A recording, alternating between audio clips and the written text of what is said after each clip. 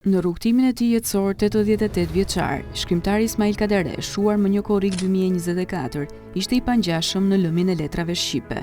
Kjo kohë ishte mjaftueshme për të lënë gjumë të pashlyeshme edhe në panteonin e letërsisë botërore, duke përçuar Shqipërinë në mbi 50 gjuhë të globit.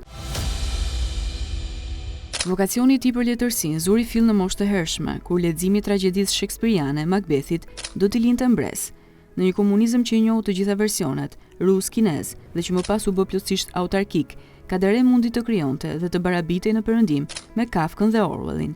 Në teun e mpret mes represionit në Shqipërinë totalitare dhe lirisë artistike, publikoi romanin Dimri i vetmisë së madhe, si dhe alegorit më të lakuara në punë si Pallati të ëndrave dhe Kështjella.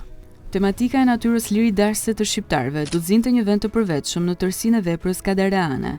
Me këtë frym rezononte romani i tij i parë, Gjenerali i ushtrisë së vdekur, si dhe romani Krushqit janë të ngrirë, mbi demonstratat e vitit 1981 të shqiptarëve të Kosovës.